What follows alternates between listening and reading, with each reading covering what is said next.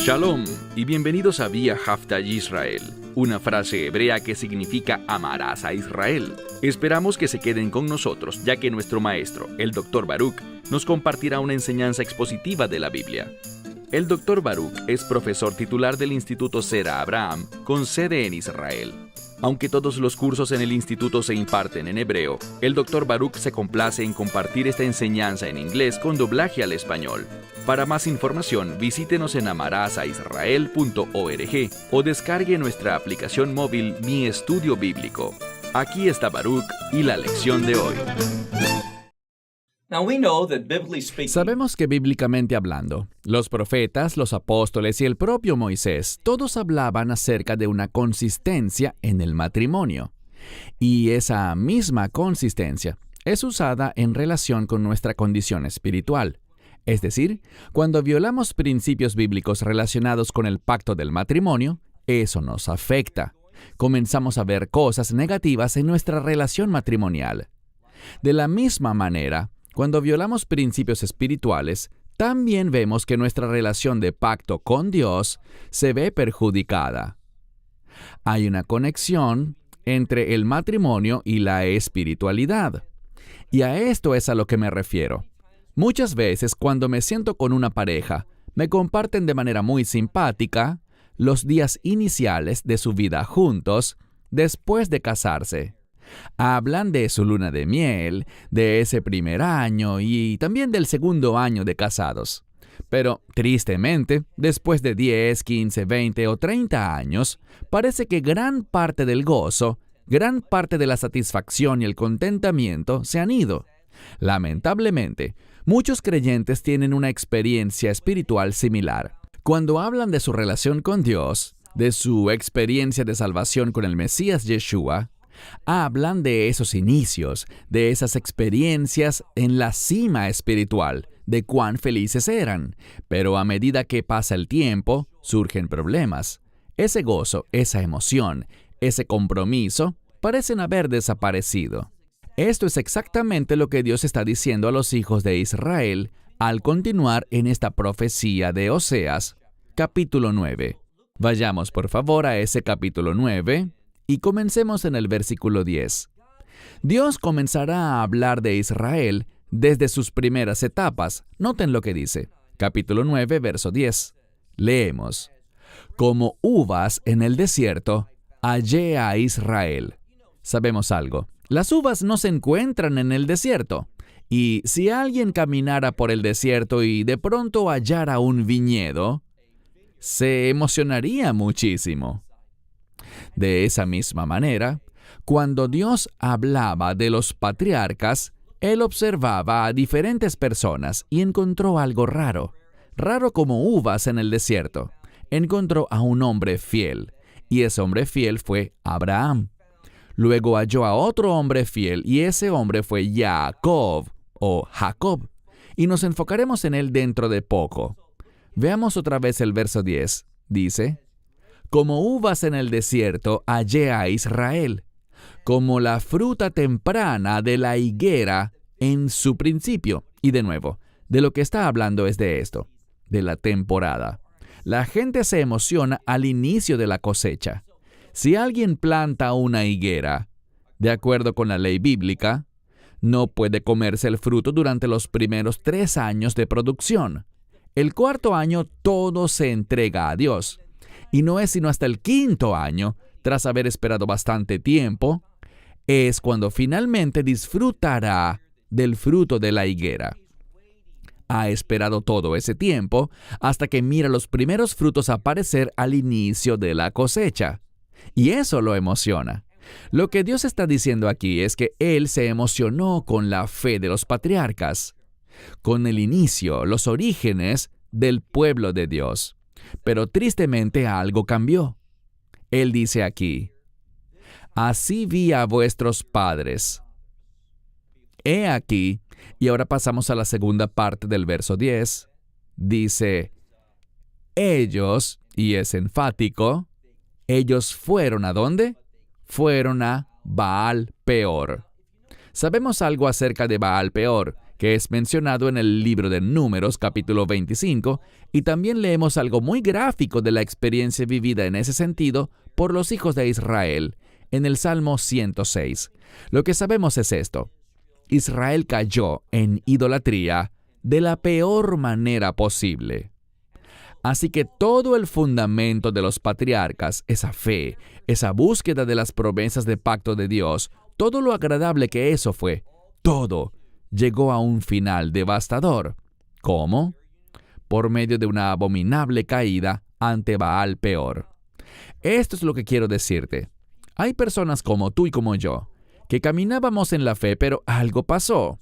Pasamos una crisis, hubo un terrible pecado en nuestra vida, le fallamos a Dios de manera aparatosa. Así es como Dios está viendo a los hijos de Israel.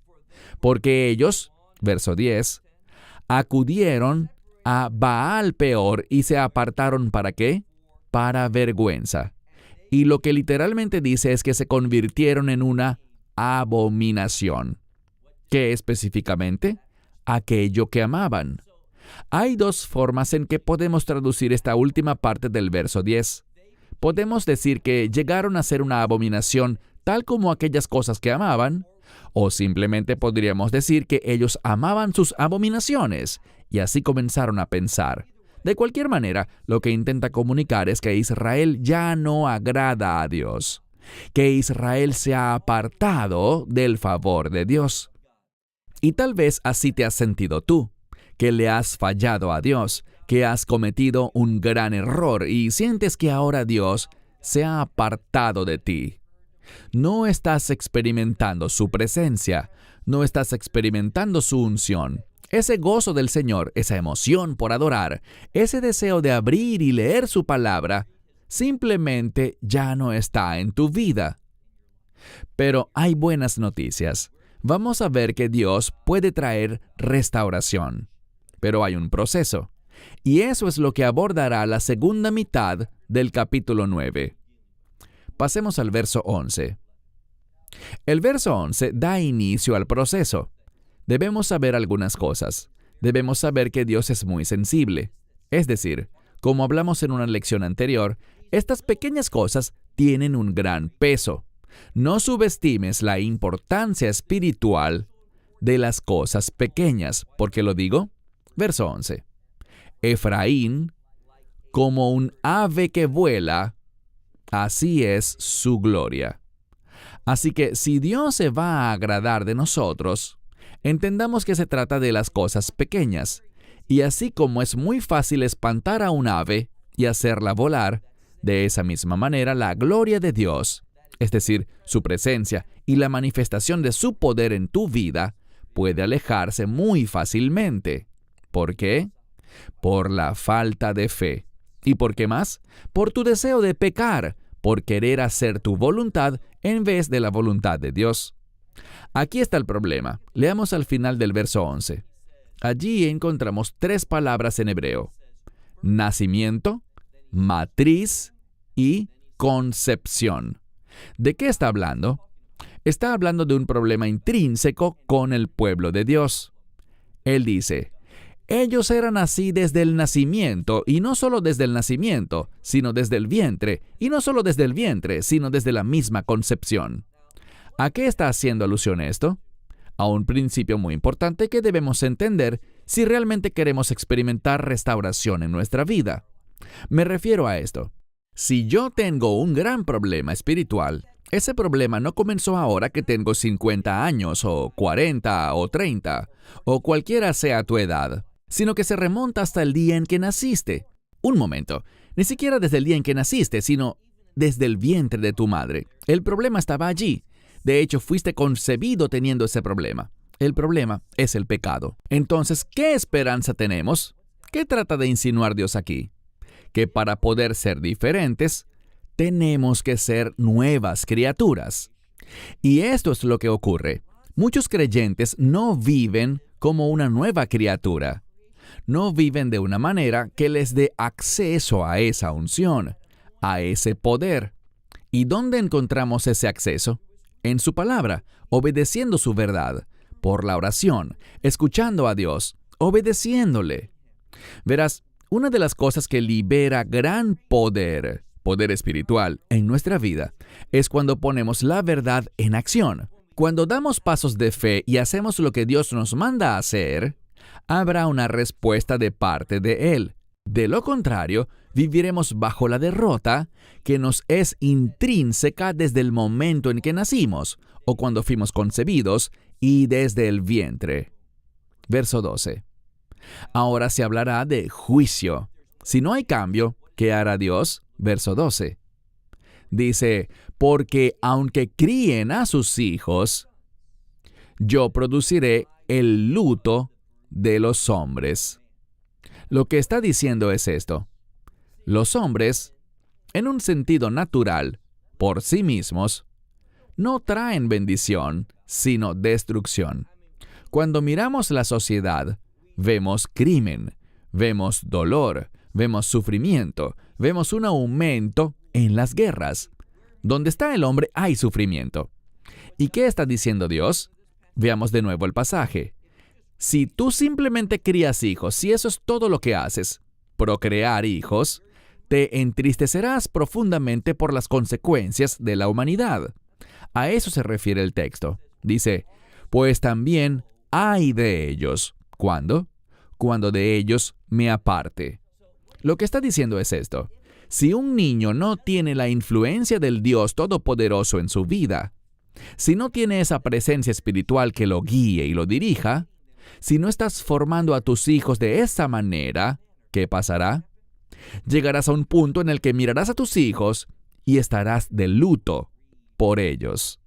Esa palabra luto o duelo suele estar relacionada con la muerte, y lo que verás es esto. Todas esas esperanzas, todos esos deseos y sueños que tenías para la vida de tus hijos estarán muy lejos. ¿Por qué? Porque ellos no están viviendo conforme a la verdad de la Escritura. Sé que repito mucho esta frase, no viven conforme a la verdad de la Escritura. Pero si me preguntaras, ¿de qué se trata nuestro ministerio? ¿Por qué hacemos estas transmisiones? ¿Por qué realizamos nuestros seminarios? ¿Por qué vivimos en la tierra de Israel? ¿Por qué hemos invertido y comprado un centro de estudios aquí para formar personas que lleven la palabra al pueblo judío? La respuesta es simple, porque creemos, más que cualquier otra cosa, que las personas dependen de la verdad de la palabra de Dios. Y es solo cuando las personas comienzan a someterse a esa verdad que el cambio que Dios quiere producir se hace realidad en la sociedad. Y ese cambio comienza en cada hogar. Así que aquí está hablando de que si estos cambios no se producen, habrá aflicción. ¿Cuándo? Cuando Dios se aparte de ellos. Verso 13. Dice, Efraín, cuando vi a Tiro. De lo que está hablando aquí es de esto. Él vio a Tiro, en el Líbano, y vio a Efraín. Pero la diferencia fue que él escogió a Efraín para sus propósitos. Así que dice Efraín, cuando vi a Tiro, estaba plantado en el oasis. Y luego dice, así que me moví. Pude haber escogido a Tiro, pero te elegí a ti, te vi a ti, y miré un gran potencial. Te vi a ti, como vi a esos patriarcas en los orígenes de tu fe. ¿Pero qué pasó? Noten cuán bajo cayó el pueblo. Y Efraín trajo a sus hijos al asesino. ¿Cómo entendemos esto? Recuerden que en este pasaje hemos hablado de Baal Peor. ¿Qué es Baal Peor? Un lugar de gran vergüenza, donde los hijos de Israel cayeron en idolatría. Y con base en el Salmo 106, vemos que en Baal Peor, los hijos de Israel, Efraín, sacrificaron a sus hijos a ese dios pagano. Así que gran aflicción, terrible calamidad, abominable pecado fue el resultado, y Dios se afligió por ello. Entonces, el profeta hablando aquí dice, «Dales, oh Señor, ¿qué les daré?» Y responde, «Dales matriz del luto». Algunas Biblias lo traducen como un vientre que aborte. Eso está bien. Y además, pechos secos. ¿Qué está diciendo aquí? Está hablando de falta de fruto o de escasez del sustento vital. Una matriz que aborta es una cuyas condiciones no son adecuadas para que nazca vida. En cuanto a los pechos secos, usa la palabra somkim, que viene de la misma raíz que la palabra moderna en hebreo para una pasa, algo seco, en el sentido de que no contiene la leche necesaria para la nutrición de ese niño. Una y otra vez, lo que estamos viendo es esto. Cuando Dios comienza a apartarse, todas sus provisiones también se apartan. Y el resultado final es la muerte, tanto física como también la muerte espiritual. Veamos el verso 15. Porque por la maldad en Gilgal, allí les aborrecí. Debido a toda la maldad de sus obras, los arrojaré de mi casa. No los seguiré amando, porque todos sus líderes son Sor Merim. Y esta es una palabra importante. Yo diría que el verso 15 es uno de los más severos de toda la Escritura. Habla de que Dios llega justo al punto en el que quiere terminar toda relación de pacto con los hijos de Israel. Y noten lo que dice al final. Yo no traduje esa palabra Sor Merim, pero es un término muy significativo. Y lo encontramos en Deuteronomio capítulo 21. Se refiere a un hijo que es perverso, que no se somete a la autoridad, que no responde ni acepta la instrucción de sus padres. Hace lo que le da la gana y causa cada vez más estragos en la comunidad, al punto de que solo queda una cosa por hacer. ¿Qué será? La orden es sacar al joven ante los ancianos de la ciudad, y que la ciudad se reúna, y que los padres confiesen que han hecho todo lo posible, pero ese hijo no se somete a la instrucción, no responde a la autoridad, no se deja enseñar. Y entonces, uno a uno, los ancianos, siguiendo a los padres, apedrean a ese hijo hasta la muerte. De lo que se habla aquí es de la desesperanza de Israel en su condición actual. Así que si recordamos cómo comenzó el capítulo 9, este capítulo inició con una declaración sumamente severa y no mejora hacia el final. Leamos el verso 16. Golpea a Efraín hasta sus mismas raíces, que se sequen, porque fruto no producirán. E igualmente hijos, si los llegasen a engendrar, yo mataré a lo deseado de su vientre. Aquí Dios está hablando de juicio en términos muy severos. La mayoría del tiempo no escuchamos este tipo de descripción de Dios, pero necesitamos hacerlo, porque este es el Dios que se manifestará en los últimos días. Como muchos saben, hemos completado un estudio del libro de Apocalipsis, y uno de los propósitos de ese libro fue darnos una nueva perspectiva, una nueva percepción del Mesías. La primera vez que el Mesías vino, dice el Evangelio de Juan, no he venido para juzgar. Es decir, Él no vino a condenar al mundo, sino para que el mundo fuese salvo por Él. Pero esto es lo que el Apocalipsis quiere que sepamos sobre el Mesías Yeshua, que cuando Jesús regrese, ya no vendrá con el propósito de salvar al mundo. Todo lo contrario, Él vendrá para juzgar, vendrá para derramar su ira sobre este mundo.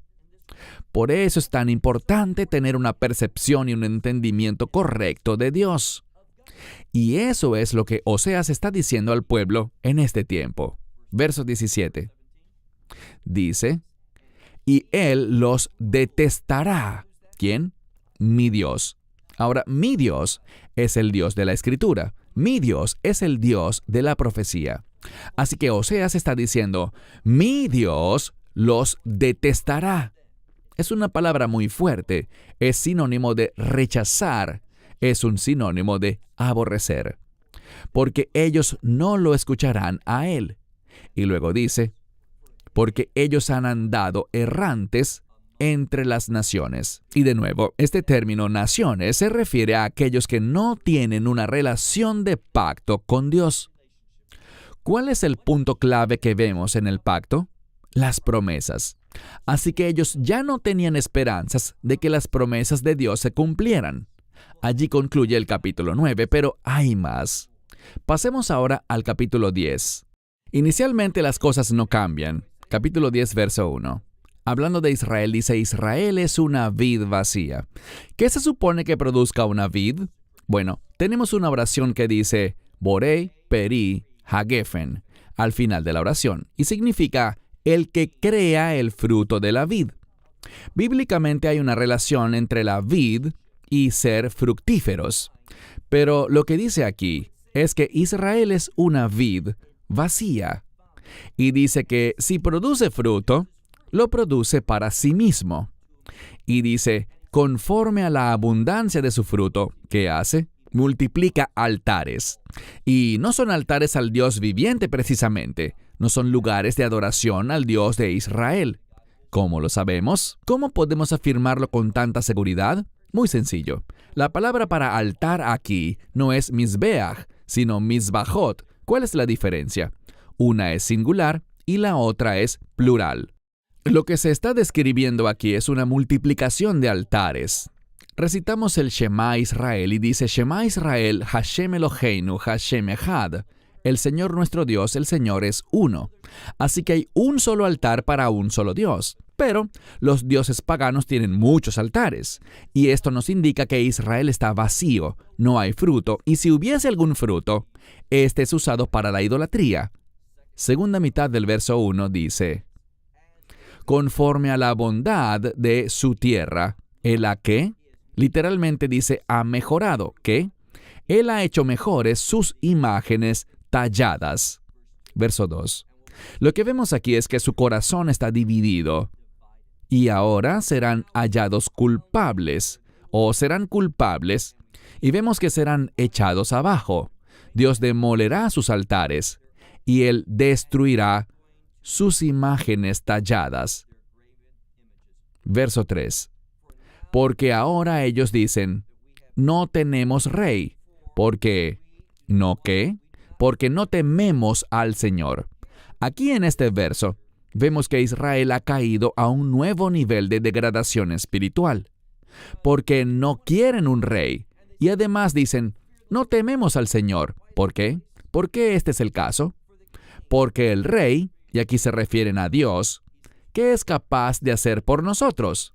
Así que no tienen temor de Dios. Y es interesante el cambio en la terminología. En vez de hablar del Señor o de Dios, utilizan el término rey. ¿Por qué? Porque rey es sinónimo de gobierno. Lo que están diciendo es, no nos sometemos ni reconocemos gobierno alguno de Dios en nuestra vida. Y este Dios, si de verdad existe, ¿qué podrá hacernos? Es una postura de gran arrogancia, sumamente ofensiva ante Dios. Esto nos ayuda a entender por qué Dios dijo todo lo que dijo en la segunda mitad del capítulo 9. Pasemos al verso 4. Han pronunciado palabras, ¿haciendo qué? Jurando en vano. Han hecho un pacto, pero este pacto no es un pacto de Dios. No es un pacto que produzca bendición en nuestra vida. Eso es lo que hace un pacto verdadero. Esa es la motivación de Dios para establecer una relación de pacto. Pero ¿qué dice aquí sobre este pacto con este pueblo infiel? Dice que brotará. ¿Qué brotará? Dice Rosh. Y aquí Rosh es ¿qué? Es un veneno. Dice veneno brotará en forma de ¿qué? En forma de juicio sobre todos los surcos, en los muchos surcos del campo. ¿Por qué eso es importante?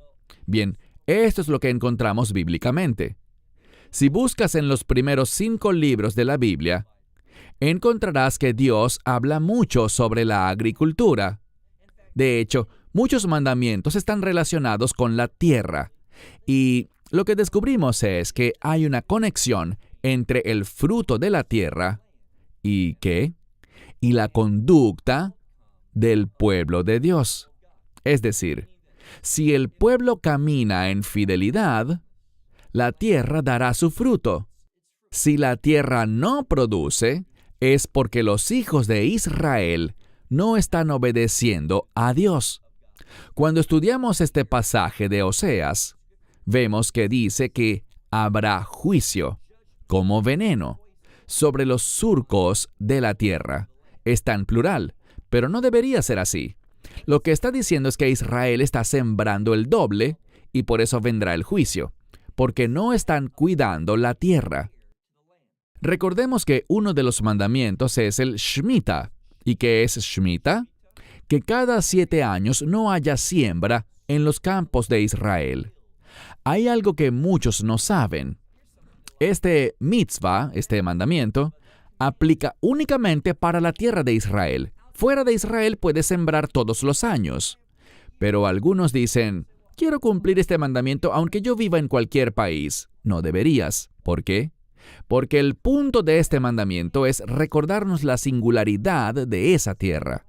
Toda la tierra no ha sido santificada, pero la tierra de Israel sí lo ha sido.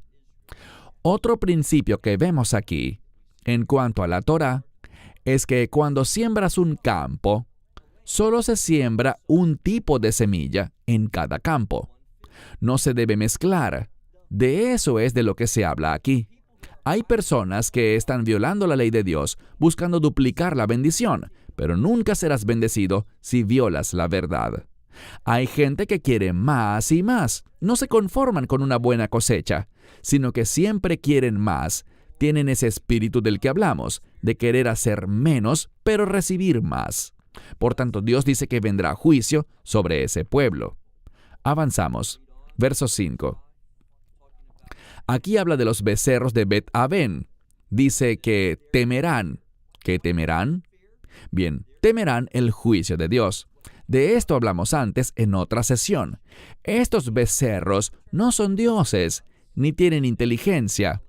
Esto es el lenguaje poético. Está hablando de esos ídolos que no pueden hablar, ni oír, ni moverse, y sin embargo, son más sabios espiritualmente hablando que el pueblo de Israel, porque tienen ese temor ante el juicio venidero. Y dice que entre los moradores de Samaria habrá un gran lamento por él, entre el pueblo. ¿Por quién? Por este becerro. Dios traerá juicio. ¿Y cuál será el resultado? El juicio producirá que la idolatría sea destruida. Dios pondrá a Israel en una condición en la que ni siquiera podrá practicar la idolatría. Así de severo será su sufrimiento. Debemos entender lo siguiente. Cuando Dios ama a alguien, lo disciplina. Y cuando estás en una posición en la que no puedes hacer nada, estás en una buena posición. ¿Por qué? Porque puedes clamar a Dios, y ese clamor es el que da inicio al proceso de renovación. Se terminó el tiempo. Hasta la próxima semana. Shalom desde Israel. Esperamos que te hayas edificado con el mensaje de hoy y lo compartas con otros. Te invitamos a seguir nuestros estudios cada semana por este canal y por el portal de YouTube de Amarás a Israel. También puedes descargar nuestra aplicación móvil gratuita, Mi Estudio Bíblico. Finalmente, para obtener más información sobre nosotros, visita nuestra web amarasaisrael.org, donde encontrarás otras conferencias de Baruch en audio, video y texto. Hasta el próximo programa. Que el Señor te bendiga en Yeshua HaMashiach, Jesús el Mesías, mientras caminas con Él. Shalom desde Israel.